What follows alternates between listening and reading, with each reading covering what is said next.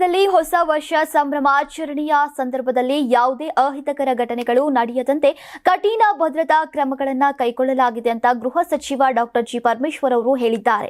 ಹಿರಿಯ ಪೊಲೀಸ್ ಅಧಿಕಾರಿಗಳೊಂದಿಗೆ ಭದ್ರತಾ ಸಿದ್ಧತೆಗಳ ಕುರಿತು ನಡೆದಂತಹ ಸಭೆಯ ನಂತರ ಪತ್ರಕರ್ತರೊಂದಿಗೆ ಮಾತನಾಡಿದ್ದಾರೆ.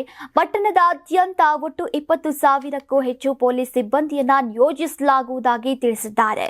ಕಾನೂನು ಸುವ್ಯವಸ್ಥೆ 14,000 ಪೊಲೀಸರು, 2,500 ಟ್ರಾಫಿಕ್ ಪೊಲೀಸರು, 88 ಕೆಎಸ್ಆರ್ಪಿ ತುಕಡಿ, 21 ಸಿಎಆರ್, 266 ಹೊಯ್ಸಳ ವಾಹನ, 250 ಕೋಬ್ರಾ ವಾಹನಗಳನ್ನು ನಿಯೋಜಿಸಲಾಗ್ತಾ ಇದೆ. ಟ್ರಾಫಿಕ್ ವಾರ್ಡನ್ಗಳನ್ನ ಕೂಡ ನಿಯೋಜಿಸಲಾಗಿದೆ. ಇನ್ನು ಜನದಟ್ಟಣೆ ನಿಯಂತ್ರಿಸೋಕೆ ವಾಟರ್ ಜೆಟ್ಸ್ ಸೇರಿದಂತೆ ಅಗತ್ಯ ಕ್ರಮ ಕೈಗೊಳ್ಳಲಾಗ್ತಾ ಇದೆ. ಸಿವಿಲ್ ಡಿಫೆನ್ಸ್, ಹೋಮ್ ಗಾರ್ಡ್ ಸೇರಿದಂತೆ ಒಟ್ಟು 20,000 ಪೊಲೀಸರನ್ನ ನಿಯೋಜಿಸಲಾಗುವುದು ಎಂದಿದ್ದಾರೆ. ಕಳೆದ ವರ್ಷ ಸುಮಾರು 8 ಲಕ್ಷ ಜನರು ಭಾಗವಹಿಸಿದ್ರೆ ಈ ಬಾರಿ 10 ಲಕ್ಷಕ್ಕೂ ಹೆಚ್ಚು ಜನರು ಸಂಭ್ರಮಾಚರಣೆಯಲ್ಲಿ ಪಾಲ್ಗೊಳ್ಳುವಂತಹ ಸಾಧ್ಯತೆ ಇದೆ ಅಂತ ಗೃಹ ಸಚಿವ ಡಾಕ್ಟರ್ ಜಿ ಪರಮೇಶ್ವರ್ ಅವರು ತಿಳಿಸಿದ್ದಾರೆ.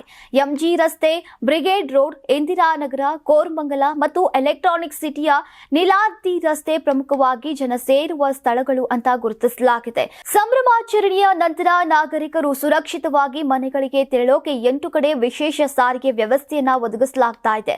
ಅಗತ್ಯವಿರುವ ಸ್ಥಳಗಳಲ್ಲಿ ವಾಚ್ ಟವರ್, ಫೋಕಸ್ ಲೈಟ್ಗಳನ್ನು ಅಳವಡಿಸಲಾಗಿದ್ದು ಪೊಲೀಸರಿಗೆ ದೂರು ನೀಡೋಕೆ ಸುಲಭವಾಗುವಂತೆ ತಪಾಸಣೆ ಮತ್ತು ಪೊಲೀಸ್ ಆಕ್ಸೆಸ್ ಕಂಟ್ರೋಲ್ ವ್ಯವಸ್ಥೆಗಳನ್ನ ಕೂಡ ಬಲಪಡಿಸಲಾಗಿದೆ. ಭದ್ರತಾ ನಿರ್ವಹಣೆಗಳನ್ನ ಹೆಚ್ಚಿಸೋಕೆ 250 ಕಡೆ ತಾತ್ಕಾಲಿಕ ಸಿಸಿಟಿವಿಯನ್ನ ಅಳವಡಿಸಲಾಗಿದೆ. ಇನ್ನು ಸೇಫ್ಟಿ ಶೆಲ್ಟರ್ಗಳು ಹಾಗೂ ಆಂಬ್ಯುಲೆನ್ಸ್ಗಳನ್ನ ನಿಯೋಜಿಸಲಾಗ್ತಾ ಇದೆ. ಜನಸಂಚಾರ ಹೆಚ್ಚಾಗುವ ಸ್ಥಳಗಳಲ್ಲಿ ಡ್ರೋನ್ ಮೂಲಕ ನಿಗಾ ವಹಿಸಲಾಗ್ತಾ ಇದೆ. ಜೊತೆಗೆ ಮುಖ ಗುರುತಿಸುವಂತಹ ಎಐ ಕ್ಯಾಮೆರಾಗಳನ್ನ ಕೂಡ ಬಳಸಲಾಗ್ತಾ ಇದ್ದು ಅಪರಾಧ ಹಿನ್ನೆಲೆಯುಳ್ಳವರನ್ನ ತಕ್ಷಣ ಪತ್ತೆ ಹಚ್ಚಿ ಕ್ರಮ ಕೈಗೊಳ್ಳೋಕೆ ಸಹಾಯವಾಗಲಿದೆ. ಇನ್ನು ರೆಸ್ಟೋರೆಂಟ್, ಪಬ್ ಮತ್ತು ಮಾಲ್ಗಳ ಮಾಲೀಕರಿಗೆ ಕೂಡ ಅಗತ್ಯ ಸೂಚನೆಗಳನ್ನ ನೀಡಲಾಗಿದೆ.